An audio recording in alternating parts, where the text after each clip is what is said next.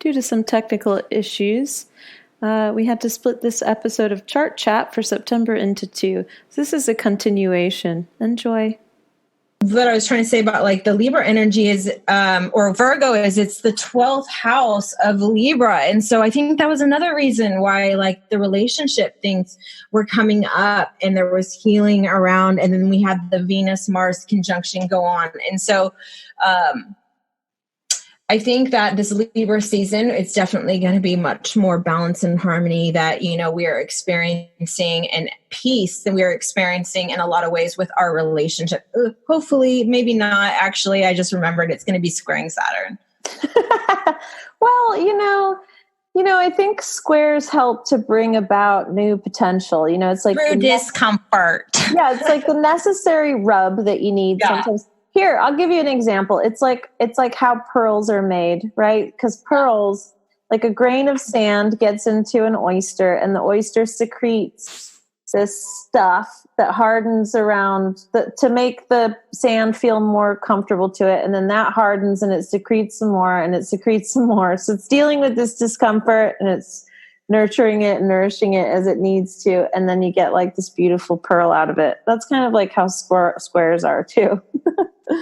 Yeah. And, I was thinking like how when our thing was not working because we just had a malfunction, was like how I was saying, like, I feel like I didn't accomplish anything, but mine's going on in my 4th house. And then like, as I was sitting there, I'm like, that's not true, Katrina, because what I was accomplishing is changes in my home reality or in my reality or within my partnership, within my marriage. And so there is that change, like there are changes like being made into our reality. So if you're outwardly working and maybe people may be having a lot of growth with their business or something like that, or whatever you are working towards, whatever is being done is manifesting into your future reality. It's like being built into your future. So what I was just thinking about was the changes and the things that I've been going on, dealing with, they were creating a change in my future reality. So yeah, these changes that are going on, or what's been happening in Virgo season, even if it's not something that you feel like, oh, I've been outwardly,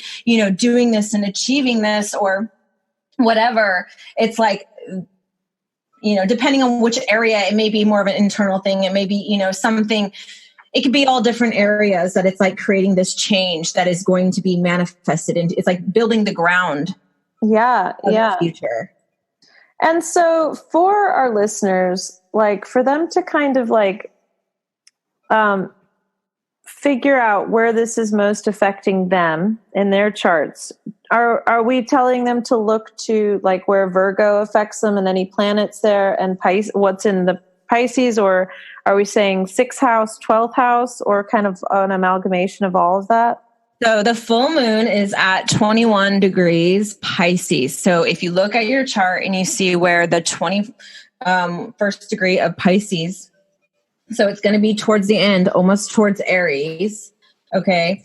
Where does that fall? Which house does that fall in for you? The 21st degree. That is the area of your life where you're experiencing this big completion, endings, you're transcending something, and it's like this big emotional bag of stuff that is ready to be released. That is going to be wherever the 21st degree is. And wherever you have the sun in Virgo, the 21st degree of Virgo, this is showing you the area over this next month.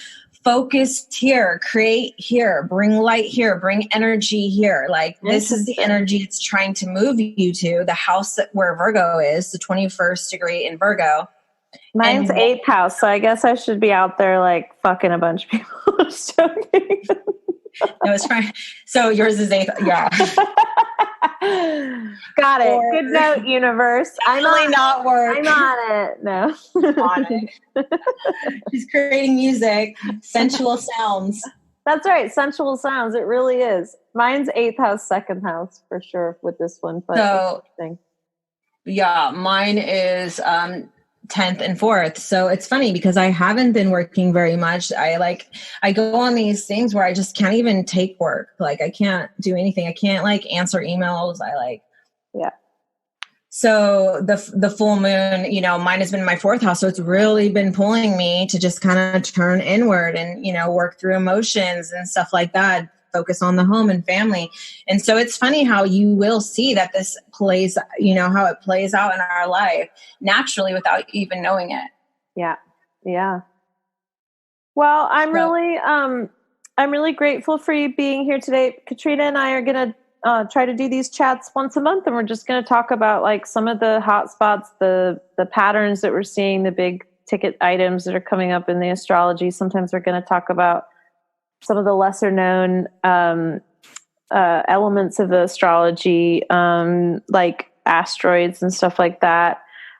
We've got a really great shift coming up in October too, with that Pluto going direct. I feel like that's kind of, I just feel like a lot of these motions where these big ticket planets are going direct are really helping us to kind of start doing more in the physical realm as opposed to just having it just be all the internal stuff. I feel like we'll see more of the outward manifestation of all of this wonderful, you know, maturity that we've been cultivating inside of us. So it's a really exciting time. Are there any other like, you know, things that you want to note for September or the month coming up of like just any kind of like added self-care advice or anything that's just popping into your mind, Katrina?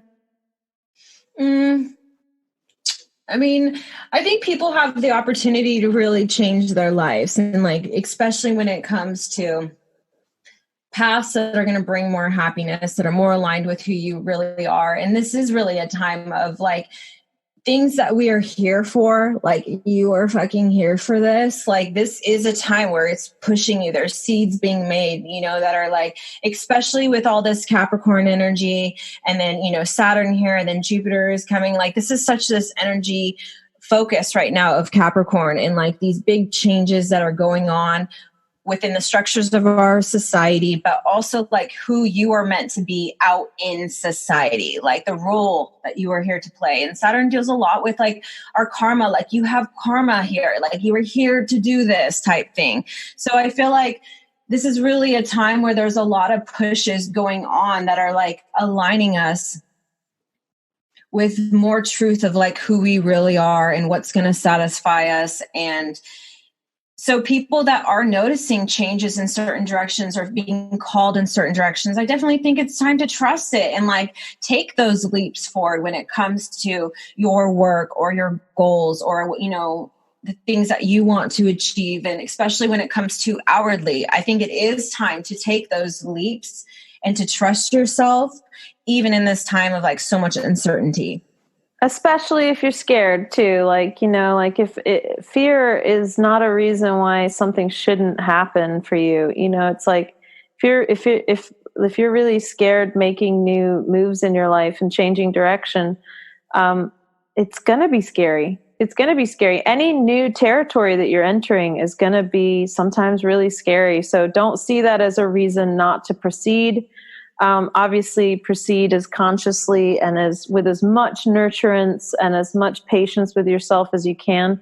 But just because you might feel emotional, exceptionally emotional, it's not a sign that like everything's fucked or that you can't do something. You know, it's a sign that like, oh, there's energy there, there's pull there. Something is really being transformed by that, whatever you're activating. And to just keep moving forward with that.